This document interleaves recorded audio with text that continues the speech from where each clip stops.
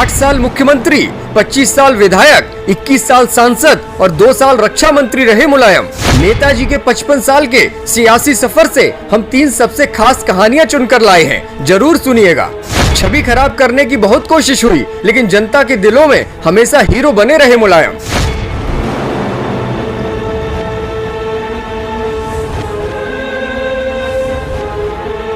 अपने 55 साल के राजनीतिक करियर में मुलायम सिंह यादव ने क्या कुछ नहीं देखा। बहुत उतार चढ़ाव हुए, लेकिन हर बार मुलायम हीरो बनकर सामने आए। उनका सम्मान न केवल जनता के दिलों में रहा, बल्कि हमेशा विरोधियों के दिलों पर भी वे राज करते रहे। उनकी सियासी जीवन की 3 सबसे दिलचस्प कहानियां हम लेकर आए हैं, लेकिन पहले आपको सुनाते हैं कि मुलायम के बारे में देश के वरिष्ठ पत्रकार राजीव रंजन ने क्या लिखा है।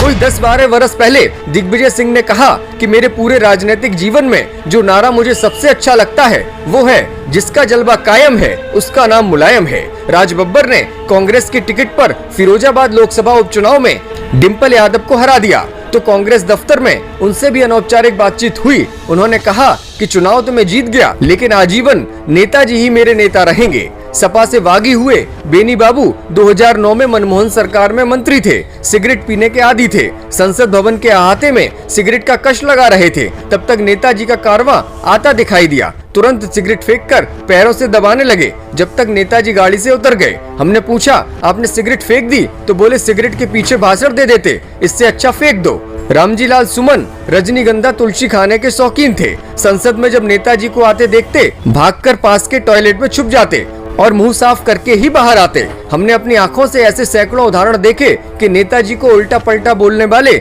जैसे ही उनको देखते उनके सामने घिग्गी बन जाती। डर से नहीं, सम्मान की वजह से। दिल का इतना बड़ा और दिमाग का इतना तेज नेता आजाद भारत में कोई दूसरा नहीं। मैं निजी तौर पर उनका बहुत सम्मान करता हूँ। ईश्वर उन्हें जल्द स्वस्थ कर दे। चलिए अब आपको नेताजी की 3 बड़ी कहानियां सुनाते हैं। जब मुलायम पर चली थी गोलियां, लेकिन वे बच निकले।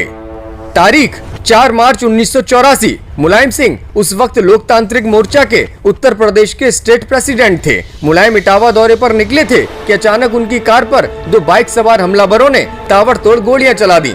कार पर कुल 9 राउंड की फायरिंग की गई। इस हमले में मुलायम के एक सहयोगी की मौत हो गई, लेकिन मुलायम बाल बाल बच गए। 1984 के बाद मुलायम तत्कालीन कांग्रेस सरकार के खिलाफ और अधिक मुखर हो गए। मुलायम ने इसके बाद जिलेवार दौरा शुरू कर दिया। 1989 के चुनाव में राजीव गांधी की सरकार केंद्र से और एनडी तिवारी की सरकार यूपी से चली गई। इसके बाद नए मुख्यमंत्री के लिए जनता दल के विधायकों की बैठक हुई। मीटिंग में मुलायम के मुकाबले चौधरी चरण सिंह के बेटे अजीत सिंह थे, लेकिन चंद्रशेखर के सहयोग से मुलायम मुख्यमंत्री बन गए।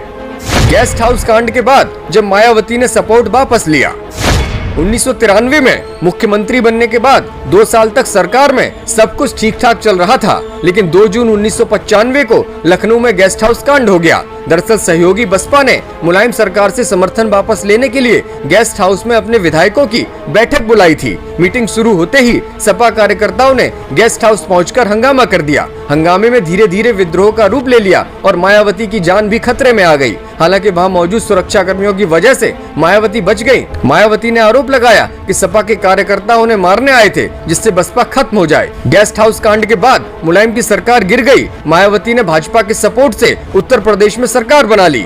इसके बाद गेस्ट हाउस कांड को लेकर सपा नेताओं और कार्यकर्ताओं पर शिकंजा कसना शुरू हो गया। मुलायम और उनके भाई शिवपाल के खिलाफ भी मुकदमा दर्ज किया गया। सत्ता से रुखसत होने के बाद मुलायम के राजनीतिक भविष्य को लेकर चर्चाएं शुरू हो गई थी, लेकिन मुलायम ने नया दांव खेला। इस बार मुलायम यूपी की बजाय केंद्र की ओर रुख कर गए। सपा को 1996 के लोकसभा चुनाव में 17 सीटें मिली। 13 दिन में अटल सरकार गिरने के बाद एचडी देवगौड़ा प्रधानमंत्री बने, तो मुलायम सिंह यादव रक्षा मंत्री बनाए गए। मायावती के विधायकों को तोड़कर सरकार बना ली। 2003 में सत्ता से बाहर चल रहे मुलायम के लिए मायावती और भाजपा के बीच आंतरिक कलह ने संजीवनी का काम किया। सरकार में 1 साल के भीतर ही आंतरिक कलह शुरू हो गई थी, जिसके बाद भाजपा ने समर्थन वापस लेने का फैसला लिया। इधर मायावती भी अपना इस्तीफा लेकर राजभवन पहुंच गई। मुलायम ने दोनों के झगड़े का फायदा उठाया और सरकार बनाने का दावा पेश कर दिया। मुलायम मुख्यमंत्री बन गए और मुख्यमंत्री बनते ही मुलायम ने मायावती के 98 में से 37 विधायकों को तोड़ लिया। मायावती ने बागी विधायकों की सदस्यता रद्द करने के लिए